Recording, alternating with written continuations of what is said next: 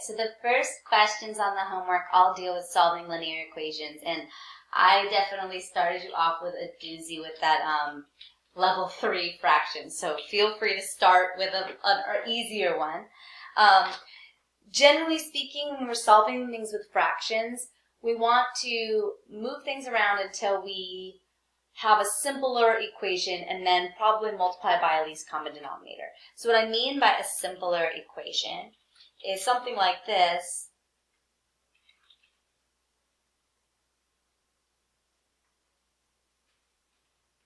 Let's just make this 1 over, well, that's going to be gross, but we can handle it. Something like this.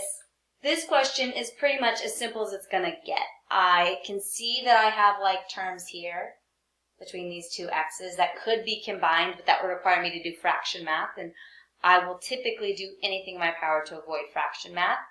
I could also take this 3 and subtract it from both sides, so that way all of my variable terms were on one side and all of my number terms were on the other.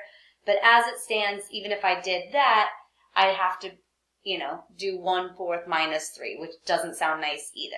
So if I wanted to deal with a problem like this is kind of as simple as it's going to get. There are no parentheses, I guess, is really what I mean by simple. And then I'm going to take and multiply by our least common denominator. So in this case, if I look at 3, 2, and 4, it really doesn't even need to be a least common denominator. A common denominator would be fine, but we're looking for something that would be this, that, is a multiple of 3, 2, and 4. So, like I said, you could really simply do 3 times 2 times 4 and get 24, and that would be fine. That's a common denominator. That would work. But we could also recognize that 4 already has 2 inside of it.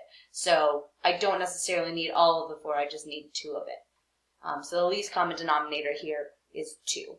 There are some cute ways to do this using prime factors. If you had bigger numbers that are a little bit more aggressive, this is not bad in terms of the numbers, but you basically want any factor that appears, so 3 obviously appears and 2 appears, and then you want to have it the most it appears in any one of your denominators. So this 2 is only once, where this 2 is twice, so that's how you would get your 12. I know that that is super quick and dirty, but like I said, I don't see this being something we have to deal with much in this class in terms of coming up with common denominators for really gross looking things.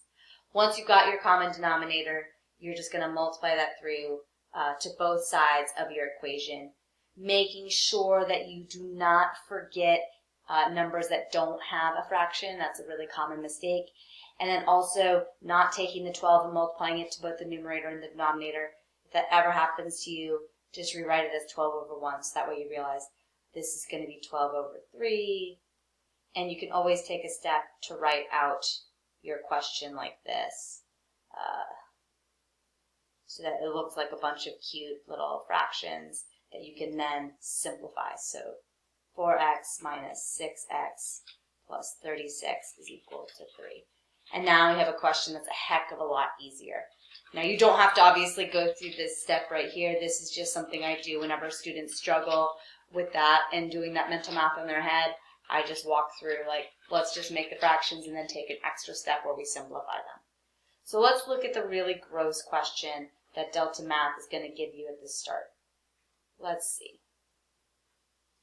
So this one is not simple enough to multiply by our common denominator yet. But I'll point out, the common denominator piece of this is at least going to be easy because we only have one denominator and it's the same for both of them. So you already know at some point we're going to take everything and we're going to multiply by 2 to get rid of those halves. Or we decide that we're okay with keeping around a half, but personally I avoid fractions because I always make mistakes with them. So the first thing I would do here is clear the parentheses because there's really not a whole lot we can do with them there. You could multiply the 2 and distribute it within the parentheses, but no matter what, at some point we're going to have to distribute with the parentheses. And here's a convention, right? We are lazy mathematicians and we don't write our 1s out when they're in front. So this is a -1 that's being multiplied to both of these terms, and we have to distribute that negative to both terms. That's an easy place to make a mistake. So now we have a positive 5/2 x and a negative, oops, I lost my x, and a negative 1. And over here we've got a negative 3x and a negative 1/2. And then we'll bring down the rest of this equation. I also think another thing that tends to get students messed up is that they get really, caught up on trying to do everything in their head instead of just writing out every step. Writing out every step is going to be much easier as you move on in your mathematical career. So here again, I can see we have some like terms that I could combine, right, on both sides, but it's just going to be easier if I get rid of fractions because I don't have to do any fraction math. So I'm going to multiply everything through by that 2 that we talked about earlier. So we'll do 2 on this side, 2 on this side. Again, put it as 2/1 if you want. I'm going to skip that little building block step of writing the fractions, and I'm just going to multiply the 2 to each term. So here I have a negative 6x. Here the 2 in the numerator and that 2 in the denominator are going to cancel. I'm multiplying and dividing, they undo each other. I have plus 5x. I'm not going to forget that guy over here, minus 2 is equal to negative 18 minus 6x minus 1. And now it's just a matter of bringing all of my variable terms to one side and all of my numeric terms to the other, my constants. So I can see all of my x's and all of my numeric terms, my constant terms. So it seems like it makes the most sense to maybe, you know what, look how cute this is. I could simplify these and make this a negative x, but look what's going to happen. In fact, I'll use a different color. Plus 6x on this side, plus 6x on this side. Those 6x's are going to cancel. So if I had combined those terms, I would have had to end up doing a little bit more work. So this is going to be great. This is just going to go away. And then I'll do a plus 2 and a plus 2. That's no bueno, but I'll figure it out. So now it appears that we are at a 5x. That's 0, so that's gone.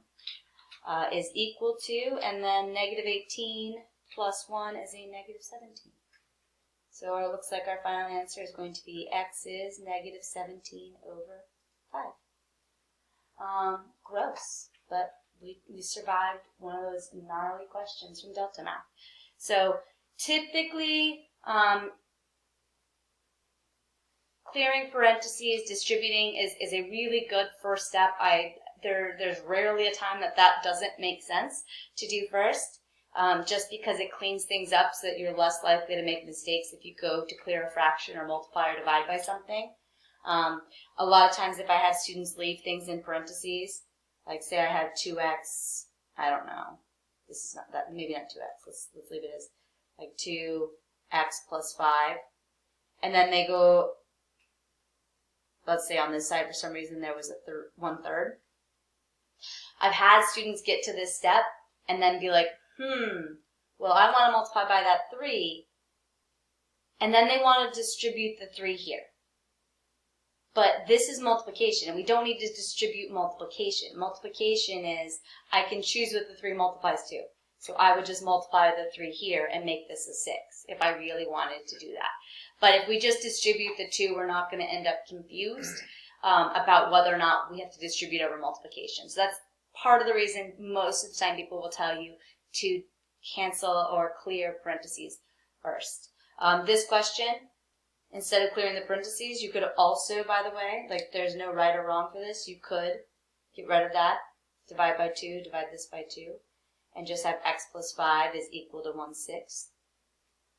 Right? And then you could multiply by the 6, or you could just subtract 5 and have a calculator do the fraction math of 1/6 minus 5, or do that on your own. Right? Maybe you feel comfortable making that 5 into a 30 over 6 and coming up with negative 29 over 6. I am not saying that there's only one way to solve a linear equation, but I do want you guys to have some skills to do so, which is why I made you this quick video. If you want more, I'll give you a playlist of other videos that I've made for this topic for my Math 92 back in the day. But if you have questions as you're working through the Delta Math, the best thing to do is to send me an email with the work that you did and have me look at it. Because most of the time it's a silly, tiny little mistake, and all of your work was beautiful. So it's really good to be able to see where that happened to give you some feedback.